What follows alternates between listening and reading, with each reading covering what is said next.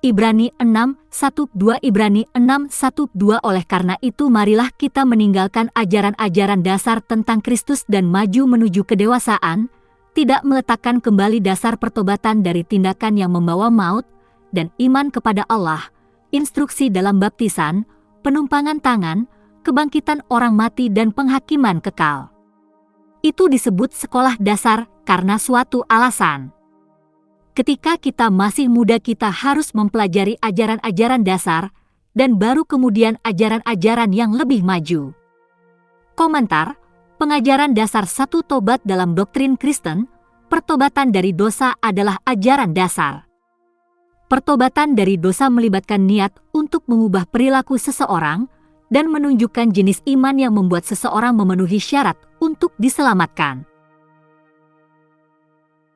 Paulus menggambarkan pelayanannya dengan mengatakan, pertama-tama kepada orang-orang di Damaskus, kemudian kepada orang-orang di Yerusalem dan di seluruh Yudea, dan juga kepada orang-orang bukan Yahudi saya memberitakan bahwa mereka harus bertobat dan berbalik kepada Allah dan membuktikan pertobatan mereka dengan perbuatan mereka. Kisah Para Rasul 26:20 Ketika Yesus mengunjungi Zakheus, pemungut cukai, dia bertobat dan berkata, "Lihatlah, Tuhan, sekarang ini aku memberikan setengah dari milikku kepada orang miskin, dan jika aku telah mencuri sesuatu dari seseorang, aku akan mengembalikan 4 kali lipat jumlahnya." Yesus berkata kepadanya, Lukas 19:8-9 Perhatikan bahwa Zakheus hanya mengungkapkan niatnya untuk berubah dan itu sudah cukup untuk keselamatan. Sebaliknya, ada orang-orang yang melihat kasih karunia Allah sebagai izin untuk berbuat dosa, seperti yang dikatakan Yudas, orang-orang tertentu yang penghukumannya telah ditulis sejak lama diam-diam menyusup di antara kamu. Mereka adalah orang-orang fasik yang mengubah kasih karunia Allah kita menjadi lisensi untuk amoralitas. Yudas 1:4 dan Petrus bernubuat mengatakan, akan ada guru-guru palsu di antara kamu. Mereka diam-diam akan membawa ajaran sesat yang merusak. 2 Petrus 2:1 Dan banyak orang akan mengikuti jalan mereka yang memalukan dan membawa jalan kebenaran ke dalam keburukan. 2 Petrus 2:2 Mereka mengucapkan kata-kata kosong dan sombong dan menarik keinginan nafsu dari sifat manusia yang berdosa. Mereka merayu orang-orang yang hanya melarikan diri dari mereka yang hidup dalam kesesatan. 2 Petrus 2:18 Jadi, dalam pemberitaan Injil, biarlah jelas bahwa niat untuk mengubah perilaku berdosa adalah syarat keselamatan yang melekat pada iman yang menyelamatkan. Pengajaran dasar 2 kepercayaan terhadap Tuhan keselamatan bergantung pada iman kepada Kristus, namun banyak yang belum mempelajari doktrin dasar tentang apa yang dimaksud dengan iman yang menyelamatkan. Mengapa demikian? Ada banyak jenis iman, dan ada banyak aspek iman, dan tidak semua iman menyelamatkan. Iman yang menyelamatkan berorientasi pada aplikasi.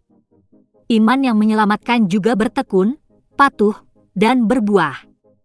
Yesus berkata, setiap pohon yang tidak menghasilkan buah yang baik, pasti ditebang dan dibuang ke dalam api. Oleh karena itu, dari buahnya lah kamu akan mengenal mereka. Tidak setiap orang yang berkata kepadaku, Tuhan, Tuhan, akan masuk kerajaan surga tetapi dia yang melakukan kehendak Bapa-Ku yang di surga. Matius 7, iman yang menyelamatkan melibatkan janji setia kepada Yesus sebagai Tuhan dengan niat melakukan apa yang Dia katakan. Dia mati untuk semua, agar mereka yang hidup tidak lagi hidup untuk diri mereka sendiri, tetapi untuk Dia yang mati untuk mereka dan dibangkitkan kembali. 2 Korintus 5:15 Namun, ada ajaran palsu yang menyangkal Yesus Kristus, satu-satunya penguasa dan Tuhan kita. Yudas 1:4 Mereka mengajarkan bahwa iman yang menyelamatkan tidak melibatkan penyerahan diri kepada ketuhanan Kristus. Pengajaran dasar 3 Baptisan 1. Baptisan air. Jika seseorang beriman kepada Kristus, maka dia harus dibaptis dalam air. Yesus berkata, Pergilah dan jadikanlah semua bangsa muridku, baptislah mereka dalam nama Bapa dan Putra dan Roh Kudus, dan ajarlah mereka untuk mematuhi semua yang telah aku perintahkan kepadamu. Matius 28:19-20. Setelah diselamatkan oleh iman, orang percaya kemudian dibaptis sebagai janji publik untuk memiliki hati nurani yang baik di hadapan Allah, dan tanda penyerahan diri kepada ketuhanan Kristus sehingga ia dapat diterima ke dalam komunitas Kristen, mengidentifikasi dirinya sebagai orang Kristen melalui baptisan. Pertimbangkan orang Ethiopia yang setelah mendengar Injil berkata, "Lihat, ini airnya. Apa yang menghalangi saya untuk dibaptis?" Kemudian Filipus berkata, "Jika kamu percaya dengan sepenuh hati, kamu bisa." Dan dia menjawab dan berkata, "Saya percaya bahwa Yesus Kristus adalah Anak Allah." Kisah Para Rasul 8:36-37. Namun, sepanjang sejarah ada seluruh denominasi yang merusak Injil dan menjadikan baptisan air sebagai sesuatu yang bukan. Misalnya, ada denominasi yang percaya pada baptisan bayi. Ada sekte-sekte Protestan yang berpendapat bahwa anak-anak dari orang tua yang percaya otomatis tercakup dalam Perjanjian Baru, terlepas dari iman pribadi mereka sendiri yang bertentangan dengan Injil.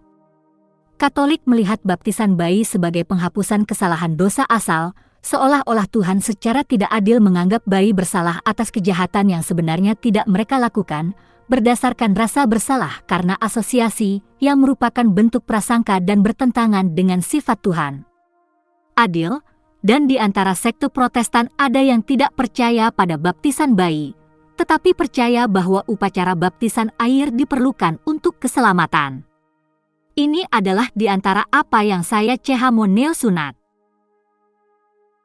Pada abad pertama ada sekte Kristen yang berasal dari gereja Yerusalem yang mengajarkan, jika kamu tidak disunat, menurut kebiasaan yang diajarkan oleh Musa, kamu tidak dapat diselamatkan. Kisah Para Rasul 15:1. Rasul Paulus mencirikan mereka sebagai saudara palsu. Masalah ini muncul karena beberapa saudara palsu telah menyusup ke barisan kami untuk memata-matai kebebasan yang kami miliki di dalam Kristus Yesus dan menjadikan kami budak. Galatia 2:4. Namun, sekte semacam ini telah ada di antara komunitas Kristen sejak awal, Katolik adalah salah satunya. Sekte-sekte yang melihat keselamatan bergantung pada upacara keagamaan termasuk di antara neosunat saat ini. Tetapi ada yang mengaku percaya kepada Kristus tetapi menolak atau mengabaikan baptisan. Jika Anda telah menjadi percaya kepada Kristus, maka dibaptislah dalam air. Saya sendiri, dibesarkan Katolik, dibaptis sebagai seorang anak. Tetapi itu bukanlah baptisan orang percaya. Jadi ketika saya percaya di perguruan tinggi, saya menemukan sebuah gereja yang membaptis saya sebagai orang percaya. 2. Baptisan roh. Setelah seseorang beriman, Tuhan memberinya Roh Kudus. Dan jika seseorang tidak memiliki Roh Kristus, dia bukan dari Kristus. Roma 8:9 ini berbeda dengan baptisan air, seperti yang dapat dilihat dengan jelas dalam kasus Kisah Para Rasul 10 dengan Cornelius. Petrus menggambarkan peristiwa itu. Ketika saya mulai berbicara, Roh Kudus turun ke atas mereka, seperti yang terjadi pada kita pada mulanya. Kemudian saya ingat apa yang Tuhan katakan, Yohanes membaptis dengan air, tetapi kamu akan dibaptis dengan air. Roh Kudus. Kisah Para Rasul 11:15-16. Sesudah mereka dibaptis dengan Roh Kudus ada tertulis.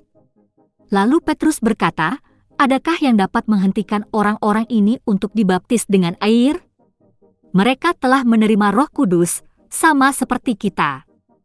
Kisah Para Rasul pukul 10:47. Roh Kudus menyebabkan orang percaya dilahirkan kembali, menjadi ciptaan baru. 2 Korintus pukul 5:17, sehingga wajar untuk mengerti 1 Korintus 2:14-16 dan melakukan kehendak Allah. 1 Yohanes 3:9-10, SD 4. Penempatan tangan ini tidak banyak dibicarakan dalam Perjanjian Baru. Tetapi kita melihat penerapannya dalam Kisah Para Rasul 6:5-6 dan implikasinya dalam 1 Tim pukul 5:22 sebagai penugasan para pelayan, dan untuk tujuan pelayanan tersebut Roh Kudus dapat melimpahkan karunia, sesuai keinginannya, untuk tujuan pelayanan yang berhasil. 1 Timotius pukul 5:22, Sekolah Dasar 5 Kebangkitan. Setiap kali Injil dikhotbahkan dalam Kisah Para Rasul dan surat-surat Perjanjian Baru, kebangkitan Kristus memasukkan bukti forensik sebagai elemen penting yang mengesahkan klaimnya. Tetapi, kebangkitan juga tentang fakta, seperti yang dikatakan Paulus, bahwa akan ada kebangkitan baik orang benar maupun orang jahat. Kisah Para Rasul 24:15 tentang orang-orang benar Paulus uraikan dalam 1 Korintus 15. Kebangkitan orang mati adalah dasar iman Kristen. Jika tidak ada kebangkitan orang mati, maka Kristus pun tidak dibangkitkan. Dan jika Kristus tidak dibangkitkan, pemberitaan kami sia-sia dan begitu juga imanmu. 1 Korintus 15:13-14. Jika Anda ingin sebuah prasasti tertulis di batu nisan Anda, coba ini, aku kembali. Itu akan memberi kesan yang baik pada siapapun yang berkeliaran di kuburan. Sekarang, ada beberapa yang disebut orang Kristen yang pernah saya dengar percaya pada reinkarnasi. Reinkarnasi tidak sesuai dengan ajaran Alkitabiah tentang kebangkitan. Masing-masing harus mati satu kali, dan sesudah itu dihakimi. Ibrani pukul 9:27. Jika Anda percaya pada reinkarnasi, maka jangan mengklaim bahwa Anda adalah seorang Kristen. Ada kebangkitan pertama dan kedua. Kebangkitan pertama adalah kebangkitan orang benar dan termasuk pengangkatan. 1 Tesalonika 4:16-17, 1 Korintus 15:51-52, Matius 24:31, berbahagialah dan kuduslah mereka yang mendapat bagian dalam kebangkitan pertama. Kematian kedua tidak berkuasa atas mereka, tetapi mereka akan menjadi imam Allah dan Kristus, dan akan memerintah dengan Dia 1000 tahun. Wahyu 20:6. Kebangkitan orang fasik terjadi setelah kerajaan 1000 tahun. Orang mati yang lain tidak hidup sampai berakhirnya 1000 tahun itu. Wahyu 20:5. Sekolah Dasar 6 Pengadilan Kekal. Yesus banyak mengajar tentang hal ini. Akan ada hari penghakiman ketika Tuhan akan mengumumkan nasib seseorang, baik hidup yang kekal atau kematian yang kekal. Yesus berbicara banyak tentang neraka. Dia menggambarkan tempat siksaan dalam Lukas 16 dari ceritanya tentang Lazarus dan orang kaya. Dalam perumpamaannya tentang hamba yang tidak tahu berterima kasih di Matius 18, dia mengakhiri dengan mengatakan, tuannya menyerahkan dia kepada para sipir dalam kemarahan untuk disiksa sampai dia membayar kembali semua utangnya. Beginilah cara Bapa Surgawi saya akan memperlakukan setiap orang dari kamu, kecuali jika kamu memaafkan saudaramu dari hati. Matius 18:34-35 tentang orang-orang jahat dikatakan, mereka akan dicampakkan ke dalam perapian yang menyala-nyala, di mana akan ada tangisan dan kertakan gigi. Matius pukul 13:42 tentang laki-laki yang datang ke pesta pernikahan tetapi tanpa pakaian pesta, dia berkata, ikat tangan dan kakinya dan lemparkan dia keluar ke dalam kegelapan, di mana akan ada tangisan dan kertakan gigi. Matius pukul 22:13 dia mengajarkan bahwa banyak orang akan terkejut. Dia juga mengajarkan dalam perumpamaan tentang 10 gadis bahwa jam terus berdetak dan tidak ada kesempatan kedua. Sekali lagi bertentangan dengan ajaran sesat reinkarnasi, sisi positifnya, ada imbalan yang dijanjikan bagi mereka yang melayani Kristus. Dan orang-orang benar, Dia akan menghapus setiap air mata dari mata mereka. Kematian tidak akan ada lagi, juga tidak akan ada lagi perkabungan atau ratapan atau rasa sakit, karena tatanan lama telah berlalu. Wahyu 21:4 bahkan dalam Perjanjian Lama mengajarkan kebangkitan dengan mengatakan, orang banyak yang tidur di dalam debu tanah akan bangkit, sebagian untuk hidup yang kekal, sebagian untuk kehinaan dan kehinaan yang kekal. Mereka yang bijak akan bersinar seperti kecemerlangan langit, dan orang-orang yang dipimpinnya kepada kebenaran, seperti bintang-bintang untuk selama-lamanya. Daniel 12:2-3 mengenai dosa orang percaya, janji perjanjian baru adalah, Aku akan mengampuni kesalahan mereka dan tidak lagi mengingat dosa mereka. Heb pukul 8.12 ingatan akan dosa seseorang secara harfiah dibakar dan dilupakan. Apa yang tersisa, Tuhan memberi upah. Kita melihat ini dijelaskan dalam 1 Korintus 3, 11, 15 Ibrani 6, 3, jika itu adalah kehendak Tuhan Ibrani 6, 3 dan jika Allah mengizinkannya, kami akan melakukannya. Penulis mengatakan bahwa dia tidak akan meninjau kembali pertanyaan-pertanyaan ini, dasar-dasar iman, setelah mengajarkannya, tetapi dengan kemungkinan bahwa Tuhan memanggilnya untuk melakukannya di masa depan. Paulus menulis tentang perspektif yang matang tentang kehidupan Kristen di Filipi, diikuti dengan, biarlah kita semua yang dewasa memikirkan hal ini. Filipi pukul 3.15 Guru tidak perlu menunggu orang yang belum dewasa mengejar sebelum melanjutkan ke yang lebih maju. Namun, guru harus terbuka terhadap kemungkinan itu. Bagaimana tepatnya penulis tahu jika Tuhan memberikan izinnya? Fakta bahwa dia secara harfiah mengatakan dalam bahasa Yunani, jika Tuhan mengizinkan, menunjukkan beberapa ketidakpastian dalam masalah ini. Hal ini menarik karena yang berikut ini mengajarkan kita apa yang harus dilakukan jika kita tidak mengetahui kehendak Allah yang spesifik dalam suatu keadaan. Dan ini adalah pengalaman yang sangat umum dalam kehidupan Kristen. Kata yang mengikuti ayat tersebut adalah untuk. Meskipun tidak yakin tentang kehendak khusus Tuhan di sini, dia tetap bertindak, dan ayat-ayat berikutnya menjelaskan mengapa dia bertindak. Ayat-ayat ini akan menunjukkan bahwa dia sedang menerapkan suatu prinsip. Ketika kita tidak mengetahui kehendak Allah yang spesifik, kita harus mengikuti prinsip-prinsip kitab suci.